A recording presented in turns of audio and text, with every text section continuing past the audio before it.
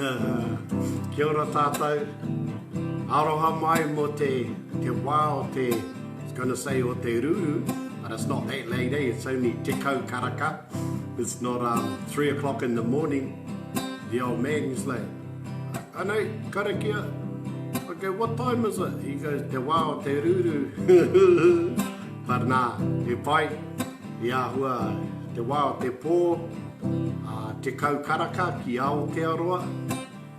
And ai te mutinga o tō mātou whānanga I tēnei pō, a little whānanga we had for those who made it, tino pai, koutou, and ētahi atu, e kore, e taia, ki te haere mai. Some people had other huis on, and that's all good too. Time, he wā, me te wāhi, ki te ako, time to learn and grow. We talked about a couple of karakia tonight. One of them was just a very short one about just the karakia for the kai, just a simple one. E te atua, whakapaingia mātou, me ēnei kai, hei oranga mo te tinana, me te wairua hoki. We're trying to incorporate that into he, te, me, ngā, and the simplicity of it. And then, because we were a little bit about mahi tupo and about just, what does that mean? It's just different things if there's more than one person, or, and we just added that into this week's version of it, saying, e te atua, whakapaingia mātou me ēnei kai. Hei oranga, mō o mātou tinana, me o mātou wairua. Ake, amine. And because this is week 2 of our other immersion kaupapa and those on the Ngā Haue whā page, we've got another karakia for this week. And it's relevant, just relevant to the kaya te rangatira, ko te kōrero, and knowledge and understanding, and through its different stages, from its infancy and through its growth, and when it comes out the other end, one day it might be our own mātauranga. But for now, we just warm up and welcome it in. Nā te kukune, te pupuke, nā te pupuke, te hihiri, nā te hihiri,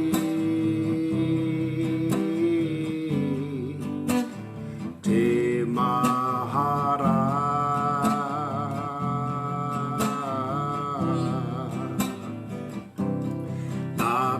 Mahara, te manako, nā te manako, te wānanga, nā te wānanga,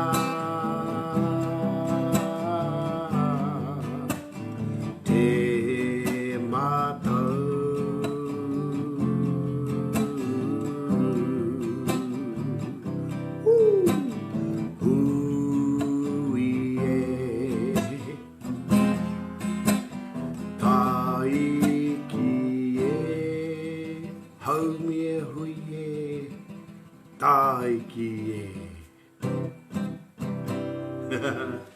Kia ora tātou, kia ora tātou, kia ora koutou, e te whānau, te umuariki e mihi ana, kia koe, kia kōrua, kia koutou, kia tātou anō hoki e te whānau, kua haumi e hui e, who've gathered in unity to learn the reo, share the reo, and the different mātauranga, little bits we have with each other, but to share, hora here, to share it out, and to share the love, share the reo, ko te reo te Māori o te Māori, The reo itself is the life essence and carries the life essence, and million times might be broken down, but that Māori is still there, that intrinsic life essence, te Māori o te kōrero, te Māori o te reo.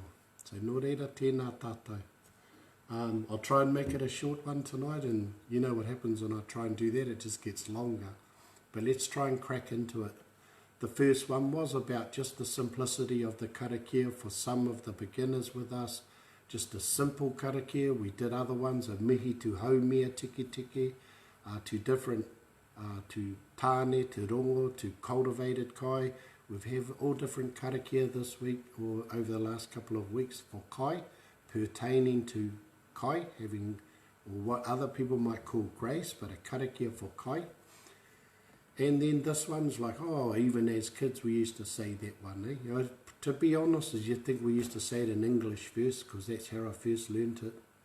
And I don't know, then it's just been transliterated into te reo, e te atua.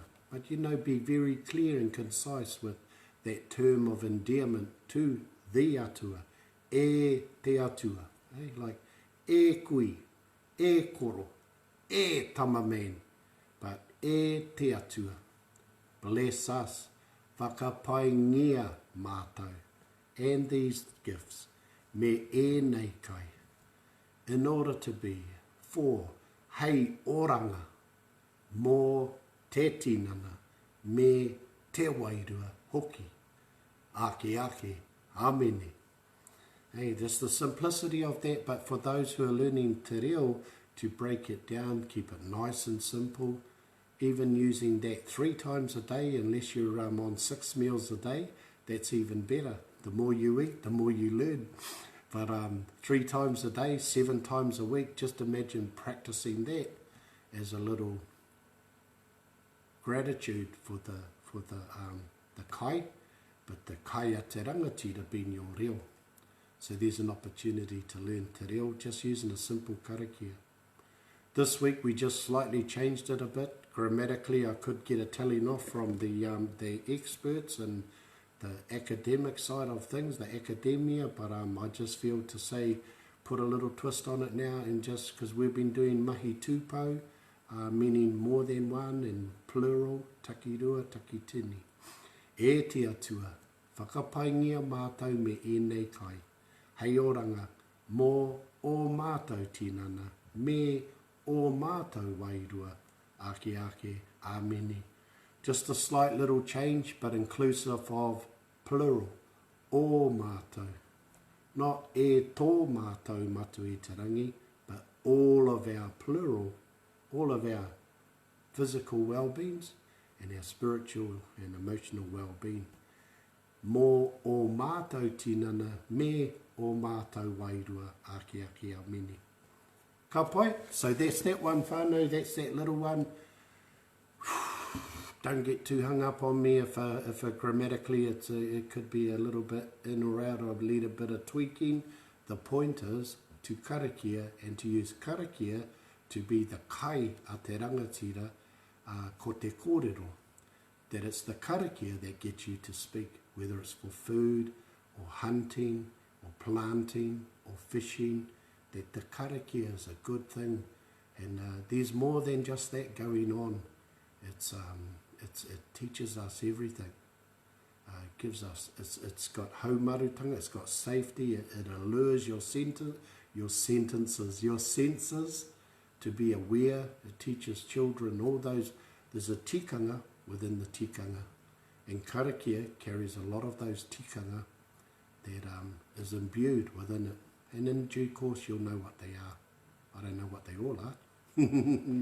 Ka pai. So it's good to see I've finally got one person. There's always one ear listening out there. And good to see you here. I'm not sure who it is, but tēnā koe. Personal takitini. Tēnā koe. Thanks for coming. And then when there's, and they disappeared now. That's the thing, with lives, and people think you can see them, but I didn't know who that was. But thanks for dropping in. And ka pai. Or 2 people. Tēnā kōrua. Or tēnā koutou when you finally see this. I'll move on to our next karakia, because this is week 4. Te karakia mo te wiki tuawha, and using our numbers, tuawha, the 4th week, te wiki tuawha. And this one was, the other ones was about beginnings and concepts, and the different one was humanity and different aspects. Then the third one was about welcoming and acknowledging Kai and different sources of nourishment and contributing sources. And the one this week, I thought I gave them all a Pākehā name just in case, because half of my waka's Ngāti Endeavour, my mum's Pākehā. So even though she said, no, I'm a ringatu, my son will come when she's on her final, you know, and she's Pākehā as, but yeah, it's all good, eh? That's how we got Māori and Pākehā, but intrinsically we have a Māori heart and our true natural self, who we are. But this one was about knowledge, so I just called it, I called it the essence of consciousness, levels of knowledge and understanding. And I thought, why did I call it that? And it's because I want to give it its Māori name. I give it a Māori name called Te Māori. Oh, what? Te hei Māori ora? No. Te Māori a te mātauranga. Hey, the essence of knowledge and understanding. Anyway, it didn't need a name, I just gave it one. So here it is, and you remembered your first karakia, ko te pū, te more, te weu, and that was part 1, but just picture this maybe as part 2. It comes from there.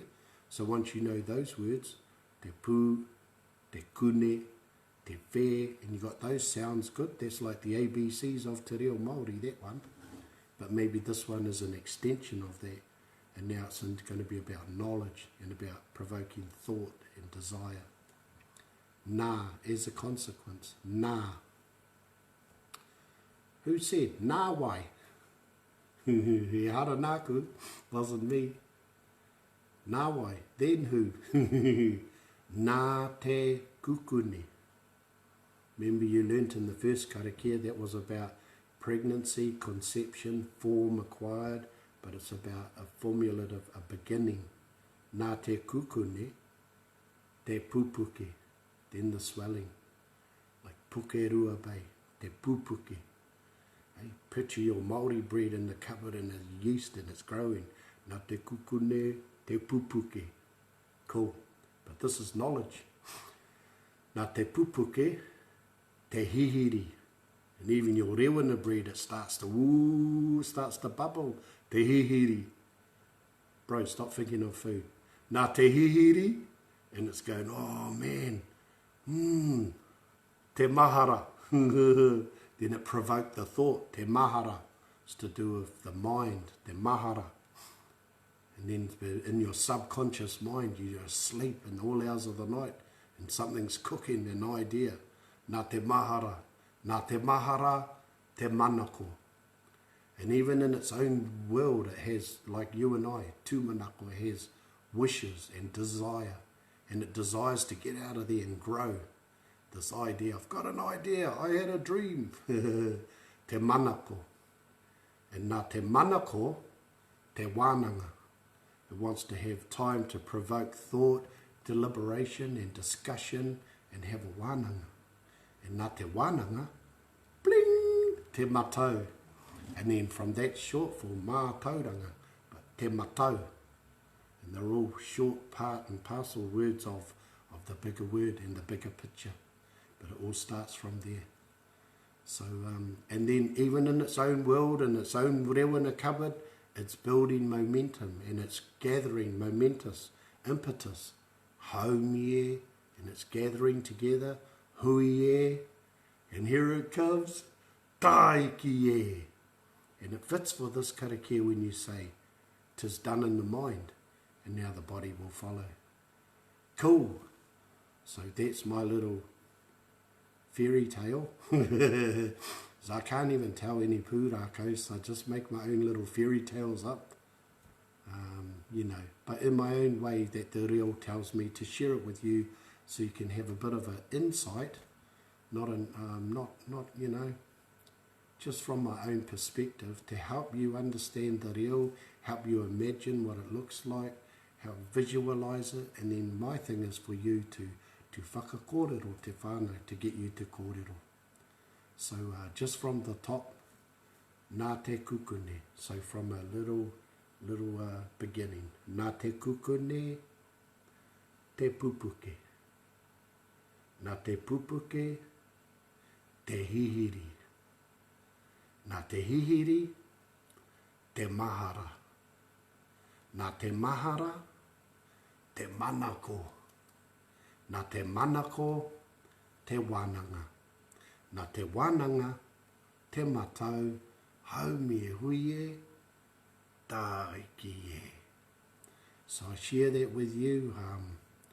Sometimes some people can learn it. I've seen the written context. I'll write it out for you and add it on here.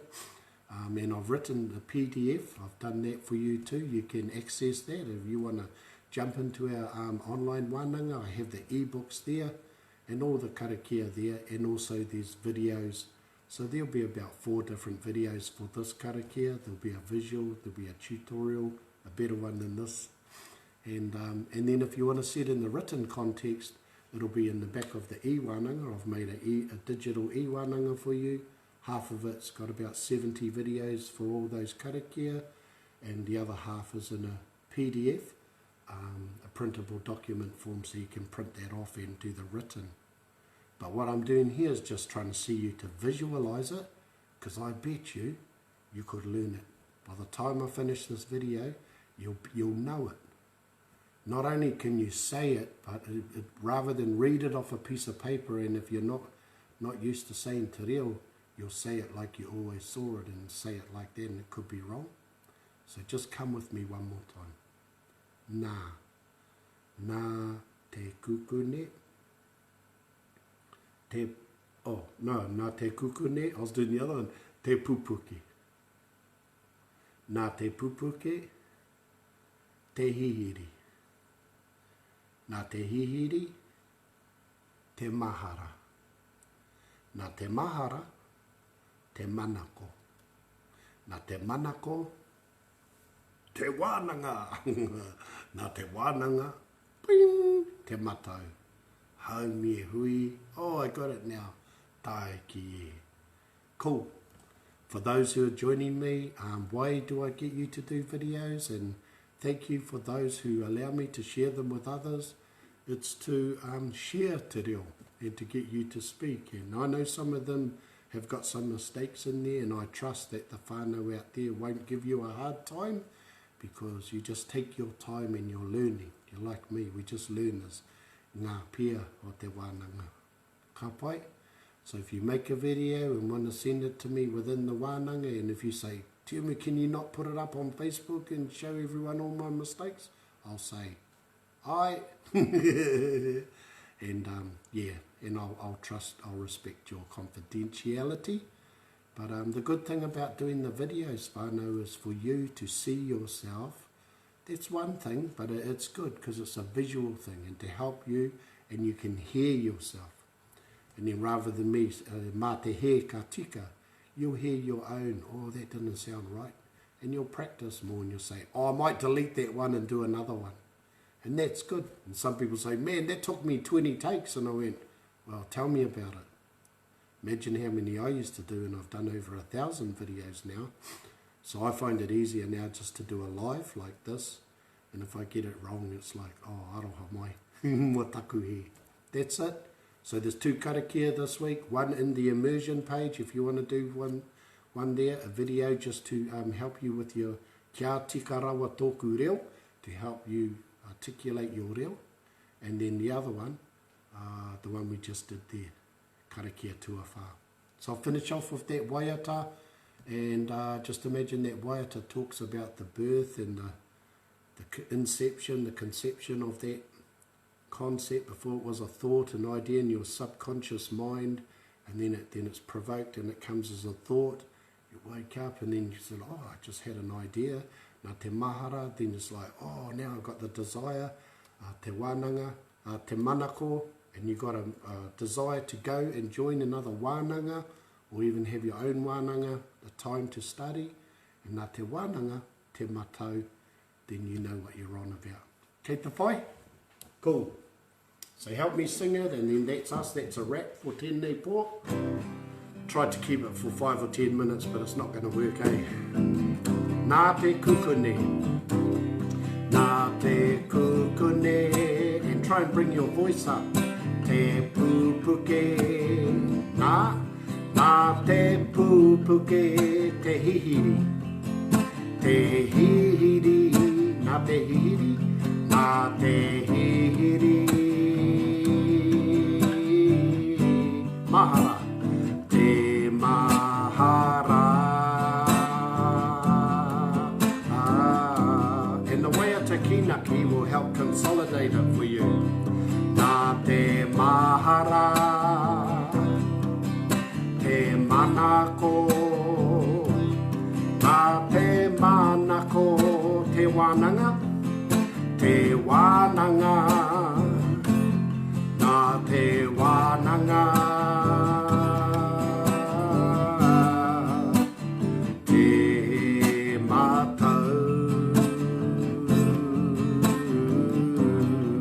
And then it's been born, I had a dream.